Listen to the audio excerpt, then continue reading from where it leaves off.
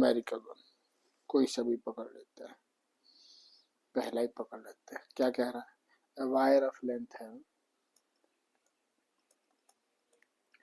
wire of length L carries a current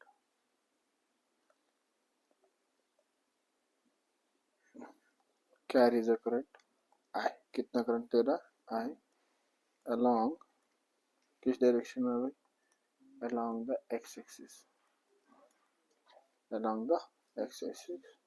a magnetic field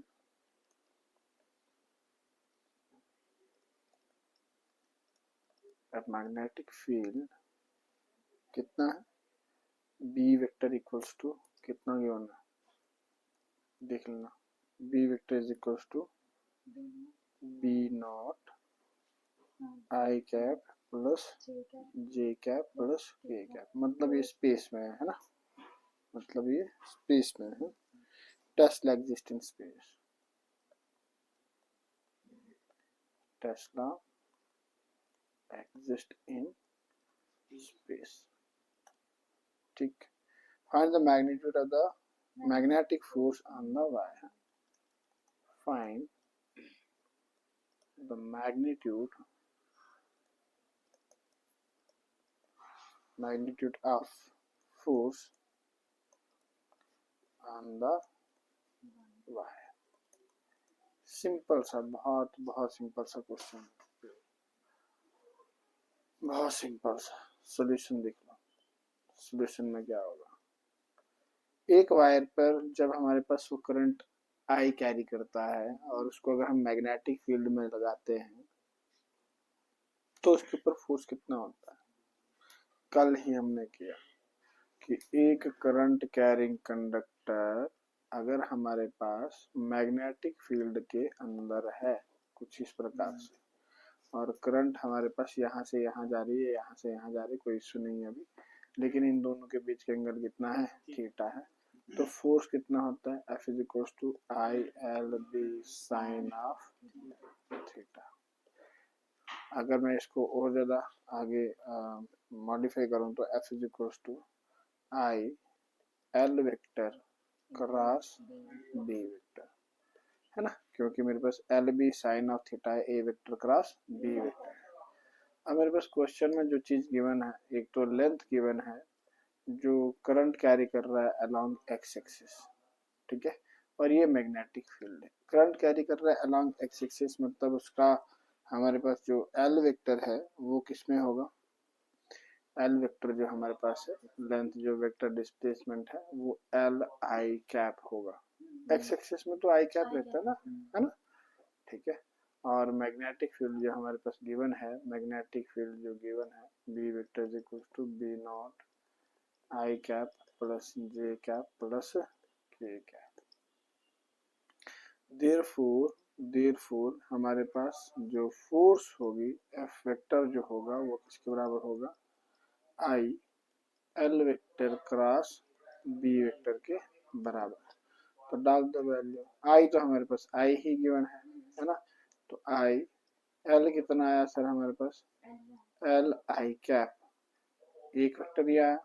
अच्छा, अगर मैं इसको और ज्यादा सॉल्व करूं आगे तो मेरे पास और ज्यादा क्या होगा? प्लस 0 जे कैप प्लस 0 के कैप, है ना, क्योंकि हमारे पास बाकी चीजें तो गिवन नहीं है। लेंथ जो हमारे पास है वो किसमें है? एक्स एक्सिस में है खाली। क्रॉस मल्टीप्लाई हो रहा है किसके साथ? B not I cap plus J cap plus, simply कुछ नहीं लगेगा, सिर्फ ऑर्थोगोनैलिटी ऑफ द वेक्टर्स लगेंगे। क्या लगेगा? ऑर्थोगोनैलिटी ऑफ वेक्टर्स लगेगा। पता है ये वेक्टर क्रॉस बी वेक्टर किसके बराबर होता है? नहीं, ए बी साइन थीटा तो होता है, क्रॉस प्रोडक्ट में, कार्टेशियन प्रोडक्ट में कैसा होता है? देखो, F vector will become equals to I L, यहाँ से बाहर निकाल दो, आई एल बी, यहाँ पे क्या बन जाएगा? L I, sorry naught L, that is I cap plus 0 J cap plus 0 के कैप, और क्रॉस प्रोडक्ट हो रहा है किसके साथ? आई cap cross plus J cap plus K cap. इसको सॉल्व करोगे तो आपके पास ए वेक्टर क्रॉस बी वेक्टर कितना आएगा, हाँ बी नॉट आएगा, सॉरी बी नॉट आएगा, है ना, बी नॉट ही आ रहा है। हाँ अच्छा, ए वेक्टर क्रॉस बी वेक्टर आपके पास किसके बराबर होता है, आई जे के, ठीक है। इसका वहां पर कितना है, 1 है, 1 0 0 1 1 1, तो उसको सॉल्व करोगे तो हमारे पास कितना आएगा, है ना, आई को हटाएंगे तो ये इसके कोऑर्डिनेट्स आएंगे, इसको इधर मल्टीप्लाई प्लस में और इधर मल्टीप्लाई माइनस में, ठीक है, याद है ना वेक्टर्स प्रोडक्ट, ठीक है। तो हमारे पास क्या आया, आई कैप कितना है, 0 माइनस 0, फिर इधर माइनस रहता है और इसके ये छोड़ देंगे, इसको इसके साथ प्रोडक्ट करने पे प्लस, इसको इधर प्रोडक्ट करने पे माइनस, ठीक है।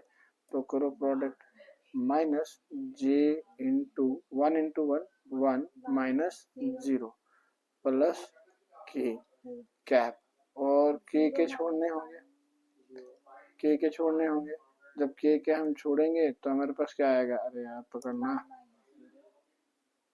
इसको इधर के छोड़ने होंगे ना, इसको इधर प्रोडक्ट करेंगे तो पॉजिटिव, इसको इधर प्रोडक्ट करेंगे तो नेगेटिव, ठीक है। तो 1 इंटू 1 1 माइनस, हरे कृष्णा। इसको जब मैं सॉल्व कर रहा हूँ तो मेरे पास क्या है, आई इंटू 0, तो ये 0 ही हो जाएगा, मुझे आई कैप लिखने की जरूरत नहीं है। तो मेरे पास क्या आएगा, minus J cap plus K cap, this is A cross B. तो मेरे पास एफ वेक्टर कितना आया, एफ वेक्टर आया आई एल बी नॉट, कितना है ये vector, minus J cap plus K cap.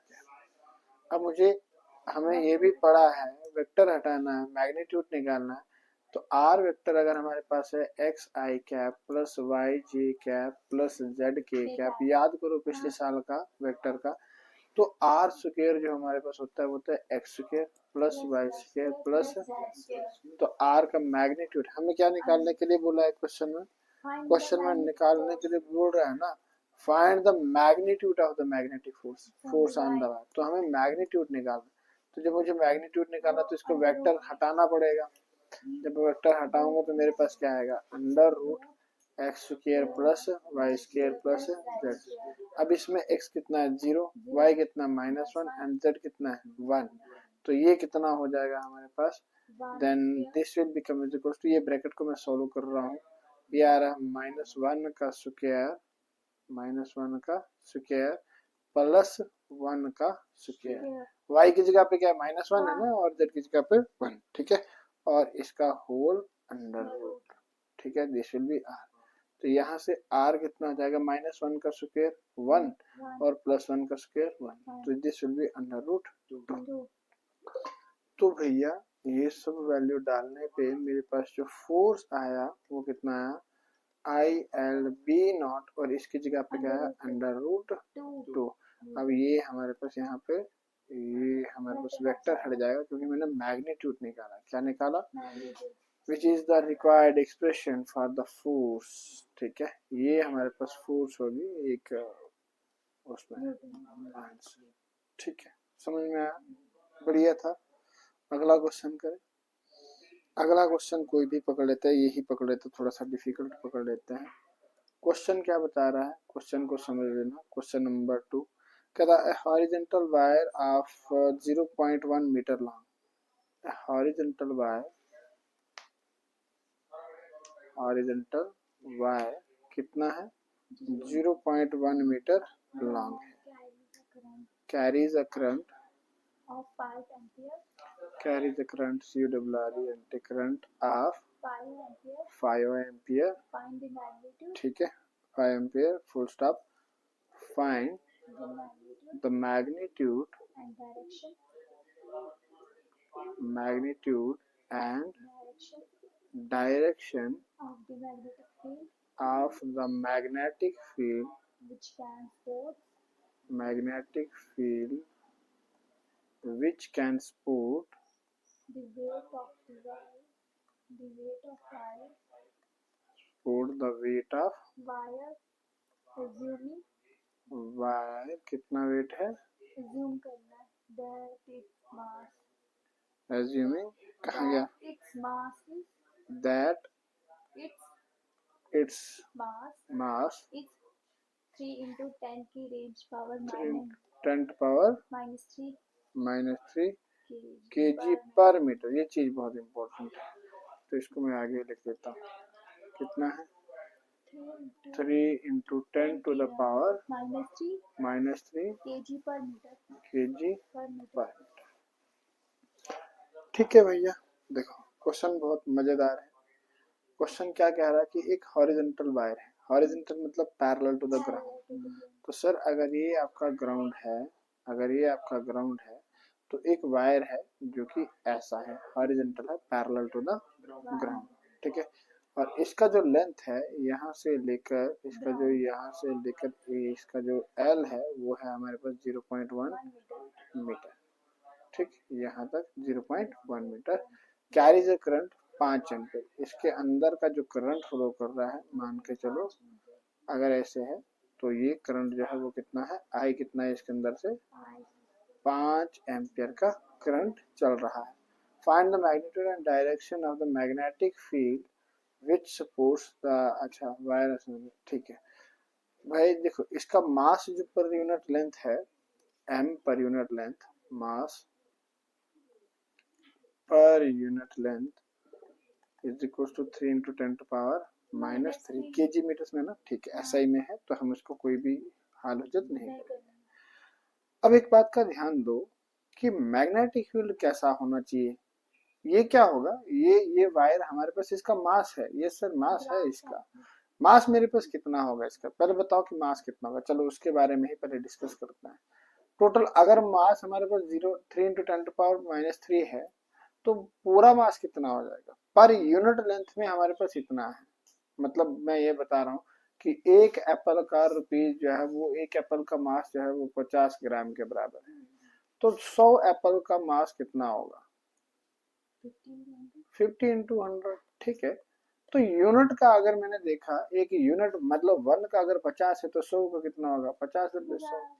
तो वहीं पर यूनिट का मास जो बता रहा है वो 3 into 10 to power 3 बता रहा है। तो टोटल मास कितना हो जाएगा, total m will become is equal to length of the conductor, और लेंथ कितना है 0.1 मल्टीप्लाई बाय मास पर unit length, that is 3 into 10 to power -3। This will be in kg। ये हमारे पास किस में होगा, kg में होगा, ठीक है। ये होगा इसका मास। अब सर जब इसका मास है तो इस पर क्या लगेगा, ग्रेविटी। ग्रेविटी नीचे की तरफ लगेगी, ग्रेविटी 9.8 अप्रोक्सीमेशन, अगर 10 रखें तो कोई दिक्कत नहीं है, ठीक है भैया। अच्छा हम 9.8 नहीं रखेंगे, कैलकुलेशन करने में थोड़ा गड़बड़ हो जाएगा, 10 आसान रहता है कैलकुलेट करना। तो भाई ये mg जो लगेगा वो डाउनवर्ड लगेगा, mg जो लगेगा वो डाउनवर्ड लगेगा। हमें क्या बोल रहा है, कहता है find the magnitude and direction which can support the weight of the wire assuming. भाई इसको यहाँ पे सपोर्ट, यहाँ पे टिकाना है इसको, पॉइंट ए और पॉइंट बी के बीच में इसको टिकाना है। अगर मैं इसको खुला छोड़ दूंगी नीचे आ जाएगा, मुझे पॉइंट ए और पॉइंट बी के बीच में इसको टिकाना है। तो मतलब कोई ना कोई मैग्नेटिक फील्ड प्रोवाइड करना होगा। स्ट्रेच करो अपने फिंगर्स को फिर से। करंट, मैग्नेटिक फील्ड और फोर्स ऊपर की तरफ चाहिए, क्योंकि mg नीचे की तरफ लग रहा है तो हमें फोर्स किस तरफ चाहिए, ऊपर की तरफ चाहिए। F मुझे चाहिए ऊपर की तरफ, ठीक है, ताकि ये फोर्स ऊपर लगे और ये इसको नीचे गिरने ना दे। तो मैग्नेटिक फील्ड कैसे आएगा, अगर करंट मेरे पास एक्स वाई एक्सिस, एक्स और एक्स प्राइम एक्सिस में चल रहा है, ठीक है, तो मुझे फोर्स चाहिए किसमें, जेड डायरेक्शन में। जबकि एक फोर्स जो है जेड प्राइम डायरेक्शन में, ग्रेविटी उसको नीचे खींच रही है, और जेड डायरेक्शन में मुझे क्या चाहिए, फोर्स चाहिए। तो मुझे मैग्नेटिक फील्ड किस एक्सिस पे लगाना, all these axis are perpendicular to each other, Z axis पे है ना। जेड एक्सिस पे तो मेरे को फोर्स चाहिए, एक्स एक्सिस में मेरे पास करंट चल रही है, जेड एक्सिस पे फोर्स चाहिए। तो मैग्नेटिक फील्ड किस एक्सिस में होगा, वाई एक्सिस में होगा। और वो वाई एक्सिस में कैसे होगा, डायरेक्टली सीधा, या तो अंदर की तरफ ऐसा, मतलब सीधा अंदर की तरफ, या तो फिर आउटवर्ड होना चाहिए, परपेंडिकुलर टू द कॉइल, है ना। तो कॉइल बता रहा हूं मैं, परपेंडिकुलर टू द कंडक्टर, ठीक है। तो सोल्यूशन देख लो भाई, जो फोर्स होगा F that is equal to ILB sine of 90 degree. क्यों? क्योंकि मैग्नेटिक फील्ड हमारे पास y एक्सिस में है और जो हमारे पास करंट है वो x एक्सिस में है, तो दोनों के बीच का एंगल कितना 90 है, तो ये कितना हो जाएगा ILB। मुझे क्या बताया गया है कि find the magnetic direction of magnetic field, तो मुझे ये जो B है इसका वैल्यू निकालना है, जबकि I का वैल्यू मेरे पास गिवन है, बिल्कुल गिवन है, 5 एम्पियर का गिवन है, तो मेरे पास F कितना हो जाएगा 5 एम्पियर जरबे लेंथ कितना है 0.1 मीटर जरबे magnetic field. Let this be equation number 1। अब दूसरा, ये तो आया force due to magnetic field, ये क्या है फोर्स अपवर्ड फोर्स। मैं यहाँ पे लिख देता हूँ कि सर अपवर्ड फोर्स आया, upward force due to magnetic field B vector. अब मुझे क्या निकालना, एक फोर्स नीचे भी लग रही है तो मैं वो निकाल रहा हूँ, force due to gravity, due to gravity. तो F is equal to mass into acceleration, and the acceleration कौन प्रोवाइड कर रहा है सर ग्रेविटी। तो मास कितना है इसका 0.1 into 3 into 10 to power minus 3, और ग्रेविटी को मैं रख रहा हूँ 10, सीधा सीधा सा गोल मोल में रख रहे हैं 10, ठीक है। तो भाई ये कितना आया, ये कितना है 3 इंटू 10 टू पावर माइनस 3, क्योंकि 1/10 ये हो जाएगा और 10 ये हो जाएगा तो खत्म ही हो जाएगा ना, 1/10 जरबे 3 जरबे 10 की पावर माइनस 3 जरबे 10, तो ये 10 और ये 10 क्या हो जाएगा खत्म हो जाएगा, तो 3 टू 10 ये आया मेरे पास फोर्स किस डायरेक्शन में डाउनवर्ड डायरेक्शन, और ये किस में है अपवर्ड डायरेक्शन में, न्यूटन में रहा in downward direction, downward DOWNWARD, तो मेरे को स्पेलिंग भूल जाते बीच में, डाउनवर्ड डायरेक्शन। अब कह रहा है कि भाई मुझे क्या करना है, which can support the weight, कि इसके वेट, वेट मतलब जो फोर्स नीचे की तरफ लग रहा है वही तो वेट होता है ना, तो मतलब जो इसके वेट को सपोर्ट करे, तो इसका मतलब ये जो फोर्स मेरे पास निकला F डाउनवर्ड और ये जो F अपवर्ड निकला, ये तभी सपोर्ट करेगा कि जब इक्विलिब्रियम में होंगे। तो in equilibrium situation, in equilibrium अगर मैं बात करूं, इन इक्विलिब्रियम इक्विलिब्रियम में हमारे पास क्या होगा, F अपवर्ड जो हो जाएगा वो F डाउनवर्ड के बराबर, तभी तो वो A B पॉइंट के बीच में फिक्स हो जाएगी, रुकेगी, ठीक है। दोनों साइड से अगर फोर्स बैलेंस होगी तो हमारे पास अपवर्ड फोर्स कितना है 5 into 0.1 into B is equals to 3 into 10 to power minus 3, तो B कितना आएगा 3 into 10 to power minus 3 divided by 5 into 0.1, 0.1 कितना हो गया सर 3/5 कितना हो गया 3/5, 3/5 कर ले जरा कितना आता है 0.6। अरे बाबा 3/5 0.6 पक्की गल है, 5 को 30 पक्की गल है। इधर मैथ्स वाला है कोई, सारे मेडिकल वाले हैं 0.6 हैं, सारे मेडिकल वाले 20/3, हाँ 1/10, तो ये ऊपर जाएगा तो क्या जाएगा 0.6 into 10 to power minus 3 into 10, तो ये आया 0.6 टू 10 टू पावर माइनस 2। कहीं पे कोई गड़बड़ तो नहीं हुआ हमसे, क्योंकि आंसर इतना ज्यादा मैथ्स मतलब इतना ज्यादा, ग्रेविटी तो 9.8 रखी है, बट कहीं और तो गड़बड़ नहीं हुआ हमसे। अच्छा 0.1 और 0.1 अगर मैं इसका इधर ही खत्म कर देता हूँ तो फिर मेरे पास है 3/5 10 की पावर माइनस 3 और 10, ठीक है नहीं, ठीक है चलो देखते हैं, ये आ गया टेस्ला आंसर, ठीक है।